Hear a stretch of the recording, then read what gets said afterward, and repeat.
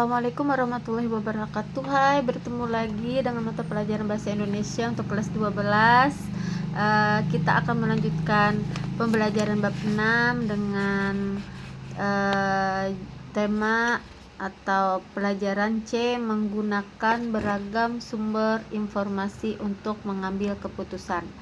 Jadi menggunakan beragam sumber informasi dan memilih informasi dari sumber yang kontennya mungkin berlawanan untuk menilai akurasi atau mengambil keputusan terkait informasi pada teks dengan topik yang baru dan kompleks, ya. Jadi di Indonesia itu dikenal sebagai paru-paru dunia karena luas hutan yang dimilikinya. Sumbangan terbesar berasal dari hutan tropis dan hutan hujan yang terdapat di Kalimantan dan Papua. Menurut data Forest Watch Indonesia atau VWI, sebuah lembaga independen pemantau hutan Indonesia, sejumlah 82 hektar luas daratan Indonesia masih tertutup dengan hutan. Isu deforestasi atau penghilangan hutan menjadi isu yang sensitif terkait lingkungan. Pada kegiatan ini, kalian akan belajar bagaimana menelisik sebuah informasi tentang lingkungan dan membandingkan dengan informasi yang berlawanan dari teks yang panjang dan kompleks. Jadi bacalah dengan seksama artikel berikut ini. Saya akan bacakan tentang artikel laju deforestasi Indonesia masih tinggi. Nah, di situ kalian bisa baca-baca maksudnya apa. Deforestasi Indonesia itu masih tinggi. Dalam artikel itu tentang membahas masalah lingkungan, khususnya kerusakan hutan di Indonesia. Ya, deforestasi itu pengundulan atau hilangnya hutan. Misalnya saja penyebabnya penebangan liar, pembukaan lahan atau perkebunan, pertanian, kebakaran hutan, yang dampaknya kerusakan ekosistem, hilangnya habitat hewan, perubahan iklim, ya. Jadi kalian silahkan baca laju deforestasi Indonesia masih tinggi. Kemudian bandingkan dengan judul yang satunya lagi, yaitu informasi kabur deforestasi Indonesia. Jadi kalian baca tentang deforestasi Indonesia.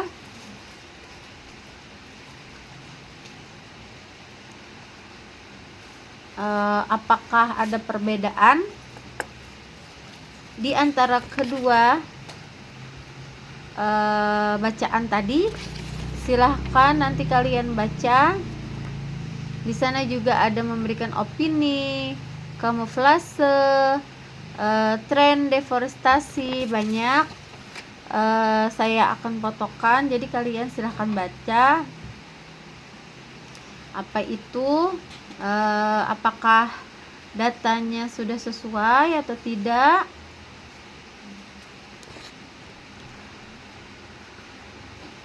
Ya, kalian dapat membaca dua artikel yang tadi yang berbeda dengan topik yang satu dengan topik yang dua. Artikel 1 menyampaikan opini bahwa laju deforestasi di Indonesia masih tinggi, sedangkan artikel yang kedua mengklarifikasi opini tersebut. Dua informasi itu harus kalian baca dan sikapi secara kritis, ya. Pada kenyataannya saat ini kalian dapat menerima bukan hanya satu atau dua informasi, melainkan beragam informasi. Di antara informasi itu ada yang saling berlawanan dengan argumentasi masing-masing dari penulis atau penyebar informasi. Sebagai anak murid, nantinya kita akan berkiprah di masyarakat. Tentunya kalian harus mampu memilih informasi yang saling berlawanan yang akan kalian gunakan, yang mana yang baiknya. Suatu informasi yang berlawanan terjadi di antaranya karena hal berikut. Yang pertama, acuan atau metode yang digunakan oleh dua informasi itu berbeda. Contohnya acuan definisi. Kemudian yang kedua, sumber data yang digunakan dua informasi itu tadi juga berbeda. Sudut pandang antara penulis pada setiap informasi itu juga berbeda. Latar belakang, keilmuan atau kapasitas penulis berbeda juga dan tidak berimbang ya. Kalian dapat menyikapi sebuah informasi yang saling berlawanan melalui tulisan berbentuk klarifikasi. Karena itu, kalian dapat memutuskan data mana yang akan kalian gunakan. Klarifikasi merupakan kata yang sering digunakan untuk menanggapi sebuah informasi yang mengandung bias. Jadi di dalam KBBI, kata klarifikasi itu dijelaskan sebagai penjernihan ataupun penjelasan dan pengembalian kepada apa yang sebenarnya atau tentang karya ilmiah yang sebagiannya ya. Jadi secara keseluruhan ada klarifikasi pernyataan yang keliru. Misalnya saja saya contohkan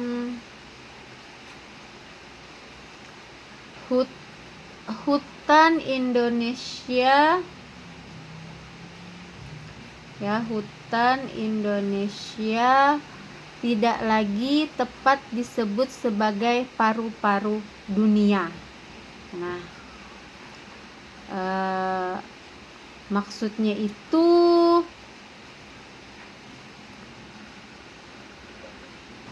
adalah paru-paru dunia. Jadi mengapa disebut dengan paru-paru dunia? Jadi hutan Indonesia itu masih berperan sebagai paru-paru dunia, tetapi fungsinya mengalami penurunan akibat kerusakan hutan seperti deforestasi dan kebakaran. Misalnya itu klarifikasinya ya, yang sesuai. Jadi mengapa disebut dengan paru-paru dunia? Hutan termasuk di Indonesia disebut dengan paru-paru dunia karena menghasilkan oksigen, menyerap karbon dioksida atau CO2, menjaga keseimbangan iklim global. Jadi untuk tugasnya saya akan tuliskan tugasnya klarifikasi pernyataan yang keliru. Yang pertama, Indonesia belum mampu mengatasi kebakaran hutan dan lahan dibandingkan negara lain. Nah, apa itu klarifikasinya? Silahkan kalian jawab. Kemudian, Indonesia belum terlihat melakukan upaya reforestasi. Nanti klarifikasinya kalian jawab seperti apa? Ada 2 tugas saja, 2 opini ya. Jadi klarifikasi pernyataan keliru ya. Kalau opininya yang tadi Indonesia belum mampu mengatasi kebakaran hutan dan lahan dibandingkan negara lain. Yang kedua, Indonesia belum terlihat melakukan upaya reforestasi. Kalian jawab klarifikasinya saja seperti apa. Mungkin itu yang dapat saya sampaikan. Mudah-mudahan kita tetap semangat dan apa yang saya sampaikan dapat dapat memberikan manfaat kepada kalian dan kepada saya, terutama kepada kita semua.